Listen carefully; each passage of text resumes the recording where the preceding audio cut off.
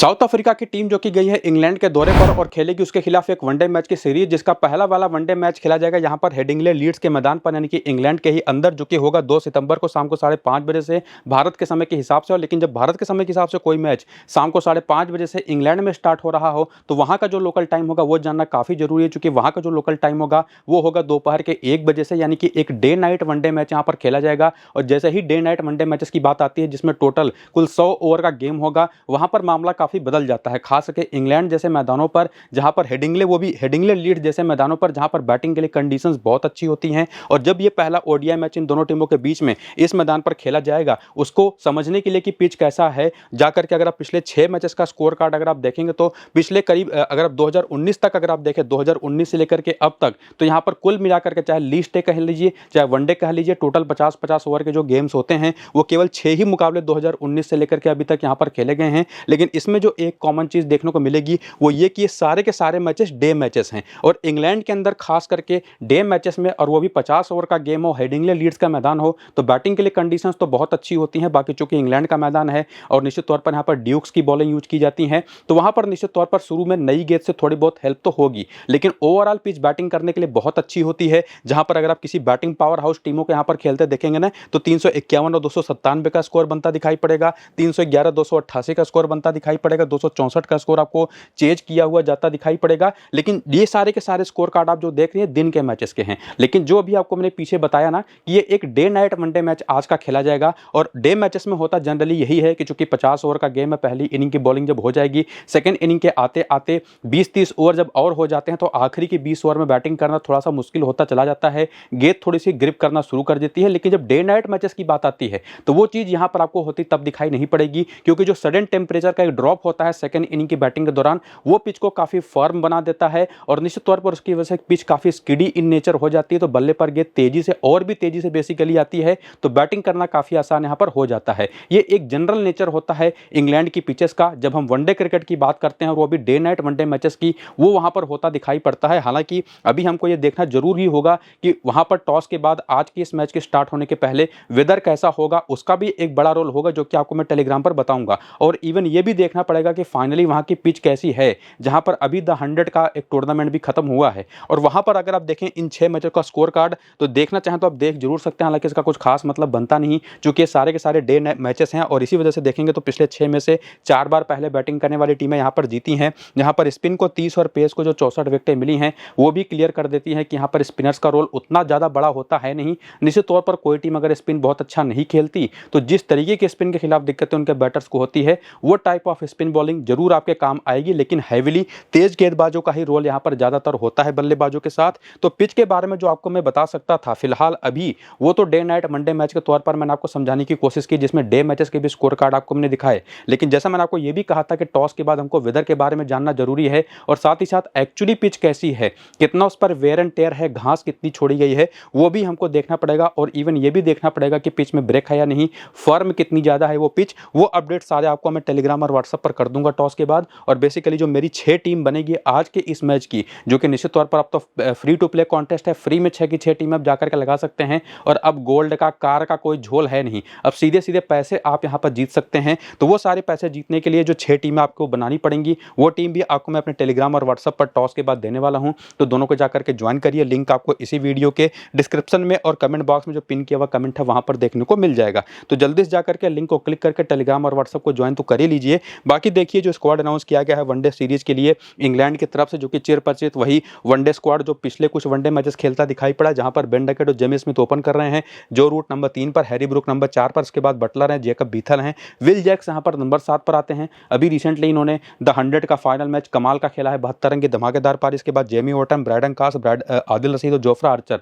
और बेसिकली इस टीम के पास 11 नंबर तक ऐसे ऐसे खिलाड़ी हैं जो अच्छी खासी बैटिंग कर लेते हैं। और उसके बाद इनका बेंच भी यहाँ पर देख सकते हैं, पावर प्ले और डेथ ओवर में अगर यही प्लेइंग इलेवन खेली तो कौन कौन सा बॉलर बॉलिंग करता दिखाई पड़ेगा, उसके नाम भी आप देख सकते हैं, जो कि जनरली आपको पूरे 10 ओवर की बॉलिंग भी करते दिखाई पड़ेंगे। इसके साथ साथ अगर आप चाहें तो इनका पूरा करियर देख सकते हैं वनडे क्रिकेट के अंदर, जिसमें एक प्लेयर है सोनी बेकर, जिनको कॉल अप किया गया है 100 की परफॉर्मेंस के बेसिस पर। अच्छी खासी पेस इनके पास है। अभी इनको वनडे क्रिकेट में डेब्यू करना, इंटरनेशनल वनडे मैचेस में डेब्यू करना बाकी है। हालांकि डोमेस्टिक वनडे मैचेस में 11 मैच में 19 विकेट ये ले चुके हैं, परफॉर्म करके दिखा चुके हैं। और अभी जैसे मैंने आपको बताया कि इन्होंने काफी काफ़ी बढ़िया परफॉर्मेंस द 100 नाम के टूर्नामेंट में भी किया। लेकिन बाकी जो प्लेयर वनडे क्रिकेट जो खेलते रहे हैं, चूंकि यहाँ पर देखिए आपको स्मॉल लीग की टीम नहीं बनानी है, आपको 6 टीमें बनानी है ग्रैंड लीग के टाइप की ना, तो वहाँ पर आपको ये भी जानना जरूरी होता है कि कितना एक्सपीरियंस है और खास करके उनका करियर हर एक प्लेयर का बेसिकली पहली इनिंग की बैटिंग में, सेकेंड इनिंग की बैटिंग में, पहली इनिंग की बॉलिंग में या सेकेंड इनिंग की बॉलिंग में कितना बेहतर चला है, उसी को समझने के लिए सारा करियर का डेटा आपके सामने मैंने रखा है इंग्लिश प्लेयर्स का।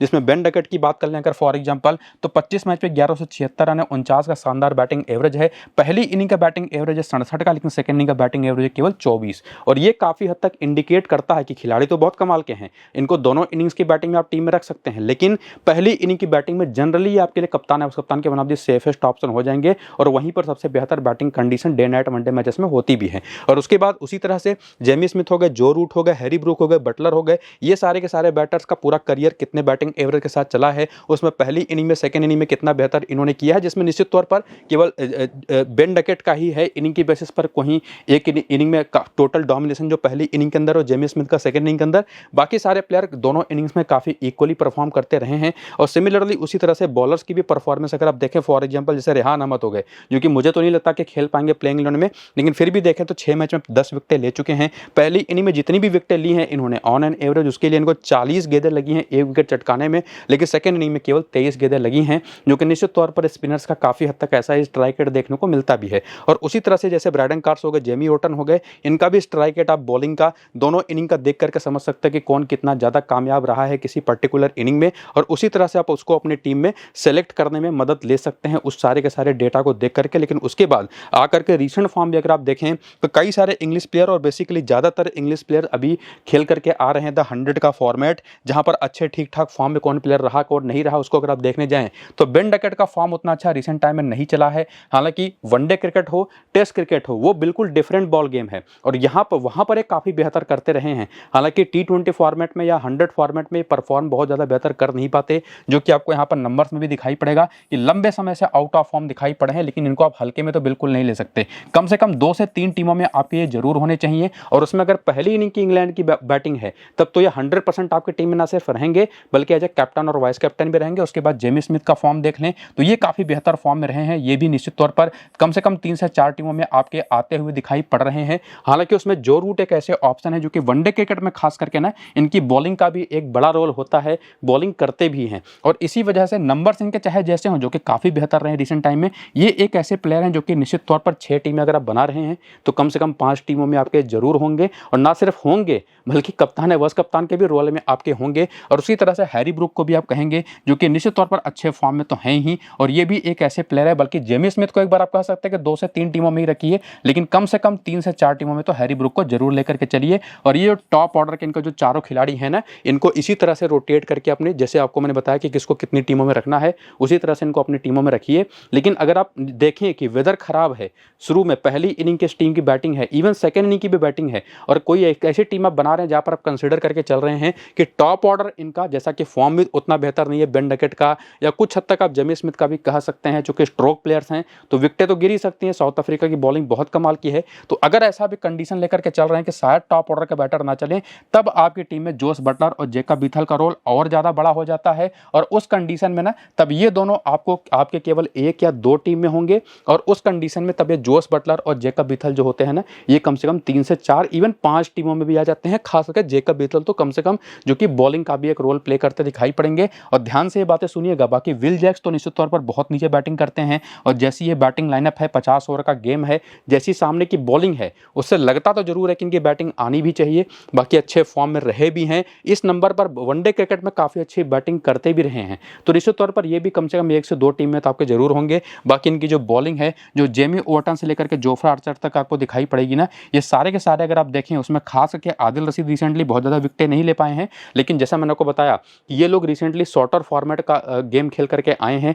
ये वनडे क्रिकेट है तो वो बिल्कुल डिफरेंट बॉल गेम है, वहां पर ये चारों के चारों इनके जो बॉलर है ना, उसी तरीके की कॉम्बिनेशन बनेगी कि किसी टीम स्पिनर जो आदिल रशीद हैं, ये तो कम से कम आपके 4 से 5 टीमों में रहेंगे। बाकी तीनों के तीनों जो पेसर है ना, ये चूंकि आपको लगभग 10 ओवर की बॉलिंग भी करते दिखाई पड़ेंगे, तो 2-2 3-3 टीमों में एक दूसरे के यहाँ पर रोटेट होकर के ये तीनों, और उसमें से कम 2 बॉलर तो लगभग 2 बॉलरों का कॉम्बिनेशन तो हर टीम में आपके रहेगा ही, ये चीज आपको ध्यान में रखनी है। बाकी Rehan Ahmed, Sonny Baker, Tom Banton और साकिब महमूद, इनको निश्चित तौर पर अगर आप कोई खेलते देखें तो निश्चित तौर पर जिसकी जगह पर खेलेंगे उसी की तरह वो रोटेट हो करके टीम में बने रहेंगे। रिसेंट फॉर्म आपके सामने है ही, रेहान अहमद बैटिंग भी अच्छी खासी रिसेंटली करते दिखाई पड़े हैं, वो चीज़ आपने द 100 फॉर्मेट में भी देखी होगी। इसके बाद आकर के थोड़े से और हेल्प लें और भी डेटा का, जिसमें सबसे पहले आता है हेड टू हेड का आंकड़ा कि इंग्लैंड के ये प्लेयर साउथ अफ्रीका के खिलाफ वनडे क्रिकेट में कैसा परफॉर्म करते रहे हैं। तो वो नंबर भी अगर आप देखें तो बेन डकेट के 4 मैच केवल 47 रन हैं, जेमी स्मिथ के 1 मैच में केवल 0 रन हैं। तो जैसा कि आपको मैंने अभी पीछे कुछ देर पहले कहा ना कि 2-2 3-3 टीमों में इनको रखिए, लेकिन कुछ टीमें तो आप वैसे भी बनाएंगे, मान करके चलेंगे कि दोनों टॉप ऑर्डर के बैटर शायद फेल हो जाएं। और निश्चित तौर पर इनकी performance south African bowling attack के खिलाफ अच्छी रही भी नहीं है, और सामने की बॉलिंग देखिए है भी बहुत कमाल की, बहुत ही कमाल के बॉलर्स उनके पास हैं, जो कि अब आगे आप देखेंगे। तो निश्चित तौर पर यहीं पर रोल आ जाता है निश्चित तौर पर जो रूट और हैरी ब्रूक का तो रहेगा ही, जिनके नंबर्स अगर आप देखें तो उसमें जो रूट के आंकड़े तो बहुत अच्छे हैं, 16 मैच में 720 रन, 45 के एवरेज, 2 विकेटें। लेकिन उसी में देखेंगे ना तो हैरी ब्रूक के भी 5 मैच केवल 122 रन है, केवल एक अच्छा 80 का हाईएस्ट स्कोर आया, बाकी चारों मैच में फ्लॉप हुए हैं। और इवन उसके बाद बटलर के आंकड़े देखेंगे तो वो काफी कमाल के हो जाते हैं। यहां पर देखेंगे तो 16 मैच 576 रन है, 44 का एवरेज है। बाकी जेकब बीथल हो गए, विल जैक्स हो गए, ये लोग खेले ही नहीं है। लेकिन इसमें से जेकब बीथल के पास एक प्लस पॉइंट ये होता है कि विल जैक्स के मुकाबले तो ज्यादा बॉलिंग वो करेंगे। हालांकि ये भी देखना पड़ेगा कि सामने की टीम कितने लेफ्ट हैंडर्स को खिलाती है, उसके हिसाब से भी चीजें तय होंगी। बाकी जेमी ओवरटन के 1 मैच में कोई विकेट नहीं, ब्रैडन कार्स के 1 मैच में 1 विकेट है, काफी छोटा सैंपल साइज है। लेकिन आदिल रशीद के 18 मैच में 24 विकेटें हैं, और साथ ही साथ जोफ्रा आर्चर के देखेंगे तो 4 मैच में 12 विकेटें हैं। तो हेड टू हेड के आंकड़े देख करके ये बात तो क्लियर हो रही है कि ये 4 प्लेयर जिनके आगे आपको डबल टिक मार्क दिखाई पड़ रहा है ना, ये आपकी मेजोरिटी टीमों में कम से कम होने चाहिए, 4 से 5 टीमों में तो पक्के तौर पर होने चाहिए। और यही 4 one of the best captain और वाइस कैप्टन के ऑप्शन भी होंगे।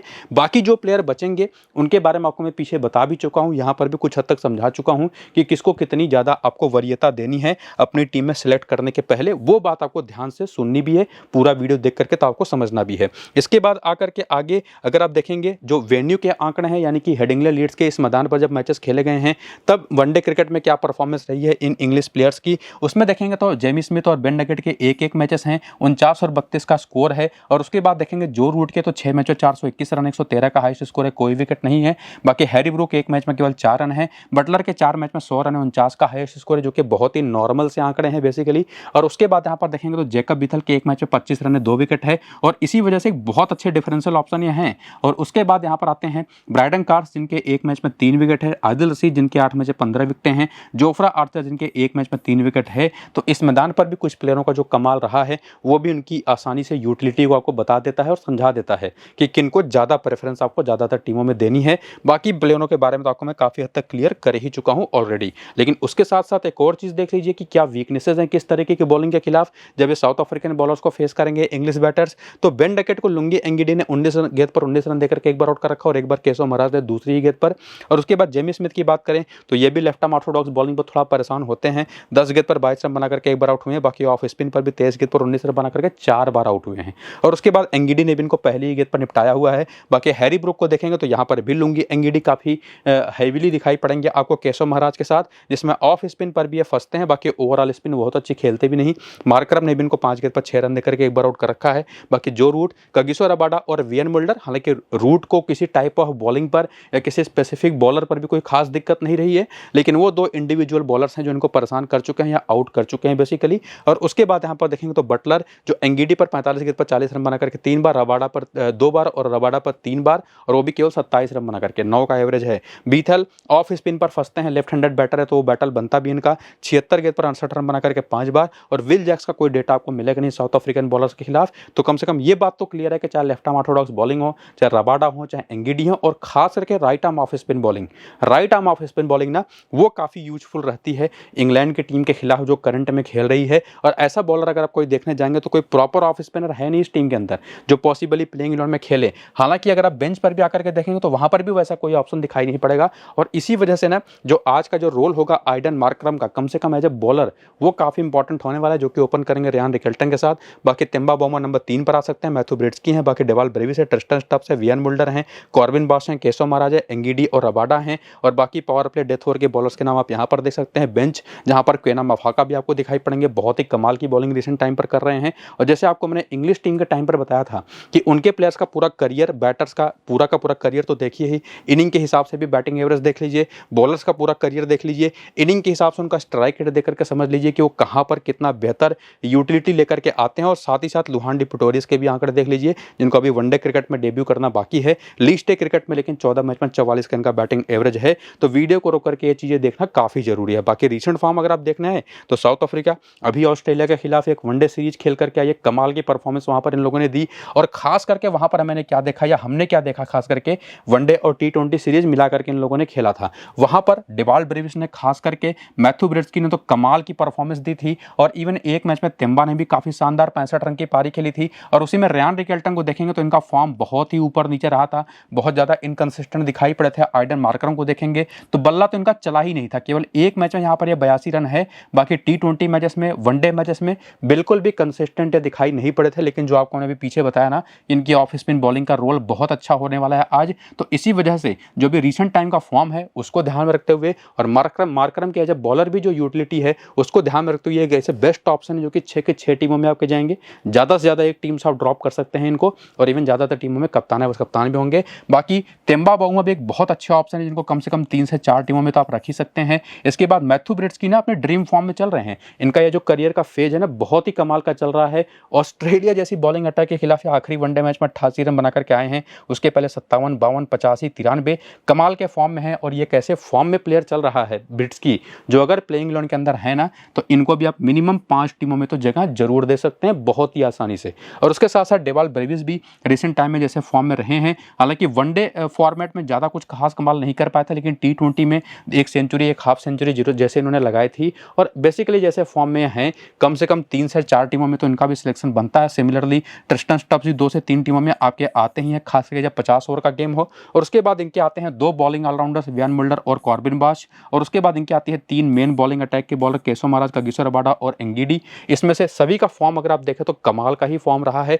इवन मुल्डर ने तो बॉलिंग से भी और बल्ले से भी दोनों से परफॉर्म करके दिया है। कॉर्बिन बॉश ने तो अपने बॉलिंग से कमाल ही किया था ऑस्ट्रेलिया के दौरे पर। बाकी केशव महाराज भी काफी शानदार फॉर्म में रहे थे, वहीं पर एक मैच में उन्होंने 5 विकेट भी लिया था, जैसे ही थोड़ी सी स्पिन को मदद मिली। रबाडा और एंगीडी तो कमाल के आंकड़े हैं ही इनके रिसेंट टाइम के भी। लेकिन बैटर्स के बारे में तो हमको काफी सारी क्लैरिटी मिल गई, बॉलर्स को कैसे अपनी टीम में आपको यूटिलाइज करना है, किसको कितनी ज्यादा टीमों में प्रेफरेंस देनी है, उसी को हेल्प लेने के लिए थोड़ा सा हम और आगे आएंगे और हेड टू हेड के आंकड़े देखेंगे। तो ऑस्ट्रेलिया के खिलाफ एंगीडी के देखेंगे तो 9 मैच में 15 विकेटें हैं, वहीं पर रबाडा के 11 मैच में 22 विकेटें हैं। केशव महाराज के इंग्लैंड के खिलाफ 7 मैच में 10 विकेटें हैं। वियन मुल्डर के एक ही मैच में 3 विकेट है। और बैटिंग में तो आपको पता ही है, मार्करम के 7 मैच में 255 है, 3 विकेटें हैं। तेम्बा के भी 6 मैच में 328 रन है, 109 का हाईएस्ट स्कोर है। बाकी ब्रेड्सकी, ब्रेविस तो खेले नहीं है, लेकिन एक बात तो मैंने आपको क्लियर कर ही दी है कि चाहे ब्रेड्सकी हो, चाहे तेम्बा हो, चाहे मार्करम हो और चाहे ब्रेविस हो, ये 4 इनके ऐसे मेन बैटिंग ऑप्शंस है, जिसमें से कम मार्करम और ब्रेड्सकी तो आपके 6 से 5 टीमों में होने ही होने चाहिए।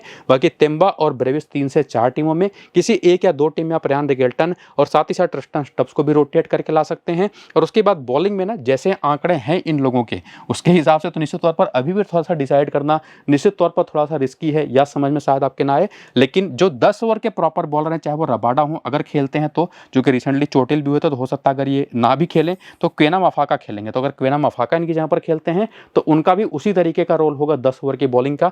उसमें रबाडा चाहे हो गए, चाहे एंगीडी हो गए, चाहे वो केशव महाराज हो गए, इन तीनों का रोल सबसे बड़ा होगा। 4-4 टीमों में आपके होने ही चाहिए, और वहीं 1-2 टीमों में आपको उनकी जगह पर रोटेट करके वियन मुल्डर और कॉर्बिन बॉश को जगह देना है। तो इस तरह से प्लेयर रोटेट आपको करके प्लेयर सिलेक्शन करना है। बाकी आकर के वेन्यू का डेटा भी अगर आप देखना चाहें तो देख सकते हैं। हेडिंग्ले लीड्स के इस मैदान पर एक मैच मार्करम खेले थे 2022 में, 24 रन इन्होंने बनाए थे। बाकी केशव महाराज ने भी एक मैच खेला है, वहां पर इनकी बॉलिंग आई नहीं थी। इवन एंगीडी की भी बॉलिंग नहीं आई थी, और उसी एक मैच में रबाडा ने 1 विकेट लिया था 2017 में।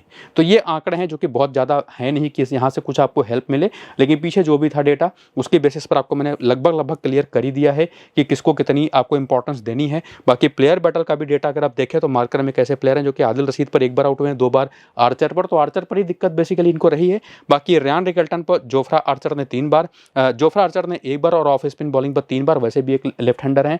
बाकी Matthew Breetzke left arm orthodox bowling पर थोड़ा सा दिक्कत में आते हैं। बाकी बाउमा भी लेफ्ट आर्म ऑर्थोडॉक्स पर फंसते हैं। बाकी आदिल रशीद ने भी 1 बार आउट किया जरूर है, लेकिन उन पर रन इन्होंने ठीक ठाक बनाए हैं। और उसके बाद यहाँ पर ट्रिस्टन स्टब्स हो गए, ब्रेविस हो गए और वियन मुल्डर हो गए। तो यहाँ से भी एक आपको कंक्लूजन मिलेगा ना कि ऑफ स्पिन बॉलिंग और लेफ्ट आर्म ऑर्थोडॉक्स बॉलिंग ये काफी इंपॉर्टेंट है टेस्टिंग के खिलाफ, इंक्लूडिंग जोफ्रा आर्चर। तो ये चीज़ आप जरूर ध्यान में रखिएगा। बाकी कप्तान और कप्तान के ये 5 सबसे बेस्ट ऑप्शंस हैं और उसमें भी सबसे सेफ तो जो रूट और मार्करम ही होंगे। बाकी इन तीनों का एज ए डिफरेंशियल ऑप्शन के तौर पर आप रोटेट करके कप्तान और कप्तान बना सकते हैं। बाकी जो भी मेरी फाइनल टीम बनेगी 6, वो उस पर अभी तो क्वेश्चन मार्क है।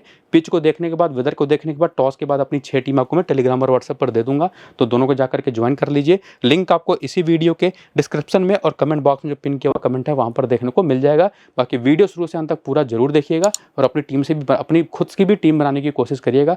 फिलहाल इस वीडियो को यहीं पर करते हैं खत्म, चलते हैं, नमस्कार।